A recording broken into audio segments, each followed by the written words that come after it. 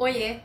Agora vai ficar um pouco diferente, né? Você pode até estranhar. As dicas a partir de 2020 são de direito constitucional. Como eu disse anteriormente, constitucional sempre foi a minha paixão. Mas eu deixei ela guardadinha porque eu brinco muito falando que o direito penal, ele me escolheu primeiro, né? E até pelos concursos policiais, carreiras policiais que eu prestei, as pessoas sempre me olharam como se penalista fosse. Não que eu não goste, muito pelo contrário, eu gosto muito de direito penal. O direito penal abriu muitas portas pra mim. Mas hoje, 2020, dia 12, até olhei pra não me confundir, eu decidi que eu ia fazer valer o meu sonho. E eu conto com você pra gente começar a viver esse sonho juntos. Vamos desmistificar e facilitar um pouco o entendimento de constitucional. O foco é pra galera que é concurseira raiz e pra galera que tá na luta pra OAB. Mas claro, se você não é concurseiro raiz e nem é OABeiro, não tem problema nenhum. Sua companhia é muito importante pra mim. Vamos junto? Então vamos lá. O poder constituinte, ele surge no século XVII, no século XVIII, e ele busca limitar o poder daquele que detentia o poder, certo? A partir do constitucionalismo, começam a surgir e a serem atribuídos direitos e garantias a todo cidadão. Ok, então tá bom, Bárbara, vamos falar sobre a Constituição. O que é a Constituição? Gente, tudo, a Constituição, se a gente vai procurar num dicionário, por exemplo, tudo é constituído de algo. Uma sociedade, ela existe sem necessariamente uma constituição escrita, mas ela houve uma constituição de indivíduos, uma constituição de localidade. Só que a partir do momento que essa constituição ela passa a ser escrita, aí sim surge o Estado juridicamente falando, surge uma constituição jurídica, tudo bem? Tá bom. Então a gente já viu sobre o constitucionalismo e sobre a Constituição. Mas como que surge essa Constituição, Bárbara? Poder constituinte. Gente, no Brasil, o poder constituinte, ele é feito através do povo, por seus representantes, porque nós hoje somos um regime democrático. Tudo bem? O poder constituinte, ele pode criar uma nova constituição, uma nova ordem, ou ele pode reformar aquela que já existe. Tudo bem? Quando ele cria algo novo, nós estamos falando, trouxe aqui na lousa para vocês, do poder constituinte originário. Poder constituinte originário, nós temos algumas palavrinhas ali chave. Ele é ilimitado, ele é autônomo, ele é incondicionado. Ou seja, ele zera tudo que ficou para trás e começa uma nova ordem constitucional a partir da sua promulgação. Tá bom, Bárbara. Mas ele pode vir e tirar direitos e garantias? Gente, a gente estuda, quando nós falamos sobre as dimensões dos direitos, que o direito ele não é excluído, muito pelo contrário. Nós vamos sempre somando um ao outro, certo? É a continuidade de direitos. Então, o que o legislador não pode fazer? Ah, então tá bom, já que eu tenho poder ilimitado. Na verdade, ele pode fazer, né? Mas ele não faz porque isso já está enraizado, a perpetuação de direitos. Então, eu não posso vir e simplesmente tiro todos os direitos, faço um governo arbitrário. Não. Tudo bem? Mas nós também temos o poder constituinte derivado. Poder constituinte derivado deriva de algo. Do que ele deriva? Ele deriva do poder constituinte originário. Então, o poder constituinte derivado vai prestar respeito à forma a qual a Constituição, né, o poder constituinte originário seguiu, bem como a matéria. Então, ele presta respeito formalmente e materialmente. Ok, mas o poder derivado, ele se subdivide? Sim, ele se subdivide. Vamos junto. Desculpem a letra, mas o coração é de mocinha, a letra não muito. Existe o poder derivado decorrente. O poder derivado decorrente, ele decorre da nossa própria Constituição.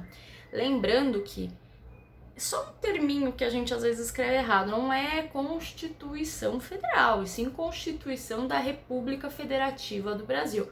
Se você é constitucionalista ou não, atente-se a essa nomenclatura. A gente tem o costume de abreviar, e aí quando a gente é perguntado numa prova, a gente não sabe responder. Voltando. O poder constituinte derivado, ele deriva de algo. Quando nós falamos em poder constituinte derivado, um grande exemplo que a gente trouxe aqui são as constituições estaduais. A própria Constituição Federal, que é abreviada, ele dá esse poder aos estados de criarem a sua própria Constituição. Tudo bem? Ah, Bárbara, então se ele atribuiu este poder aos estados, o estado pode ir lá e fazer da forma que ele bem entender? Não. De acordo com o artigo 25 caput da Constituição, existem normas de reprodução obrigatória. Tudo bem?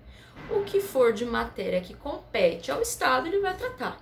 O que for de matéria de reprodução obrigatória, ele de fato, o termo obrigatório, ele é obrigado a seguir aquilo. Temos também o poder constituinte derivado reformador. Bárbara, mas o reformador, dá um exemplo prático. Emendas constitucionais. O que é emenda constitucional? Ele vem fazer na nossa Constituição. Aí vem remendar. Não fala isso. Vamos falar que ele reforma? Remendar é um termo tão feio e tão chulo pra galera do direito, né? Então vamos lá. A emenda constitucional, ele é um poder constituinte derivado. Então ela também deve respeito à Constituição, apesar dela receber, não sei se vocês conhecem essa técnica, né? Ela, para ser promulgada, ela precisa dos 3/5 dos votos nas duas casas em duas eleições. Apesar da emenda constitucional, quando aprovada, for para o texto constitucional, ela deve sim respeito à Constituição. Ela pode sofrer, inclusive, ações diretas de inconstitucionalidade. Por quê? Porque ela não é originária do texto, tudo bem? Ah, Bárbara, então tá. Então, uma ação originária, ela cabe a ação direta de inconstitucionalidade? Não. Porque se a norma é originária, se ela nasceu no texto, ela é constitucional. Então, dali para baixo, todo mundo deve respeito a ela. Lembrando que o direito, ele é uno, ele não pode ser visto separado. A gente vê na faculdade matérias diversas, até por uma questão de lógica, de facilidade pra gente aprender, tudo bem?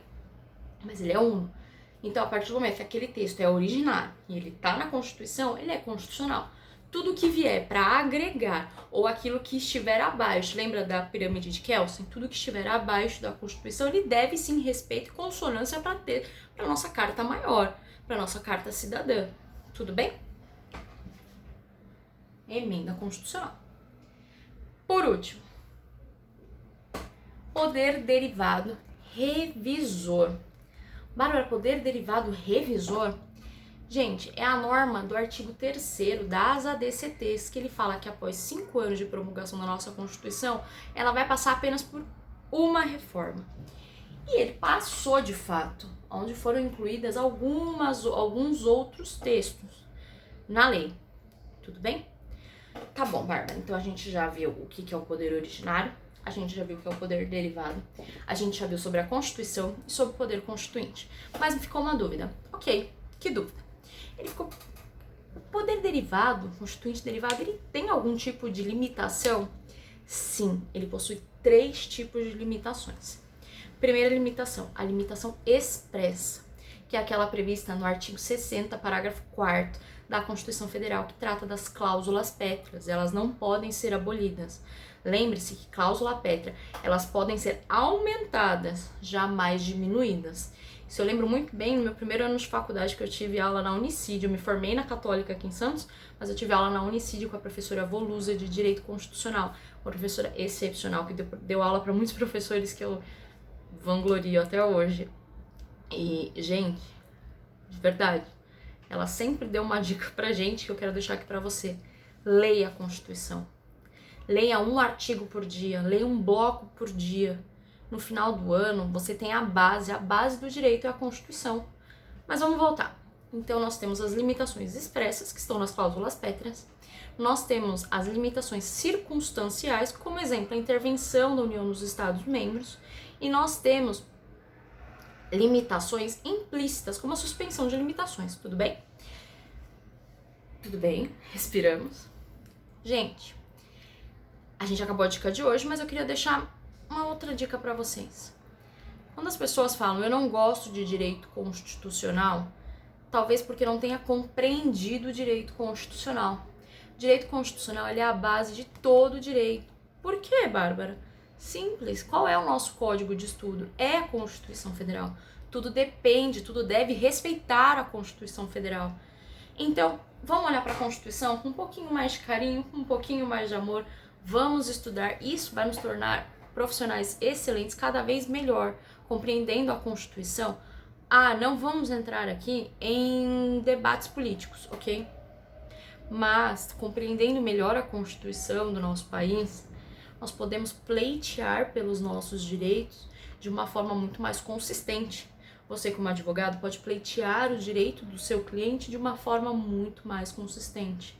Você, servidor público ou na carreira, né, no concurseiro, você sabendo os direitos e deveres, porque atrás de todo direito existem vários deveres, você vai conseguir servir o seu público, servir a população de uma forma muito mais eficaz. Por hoje nós ficamos por aqui e até a próxima!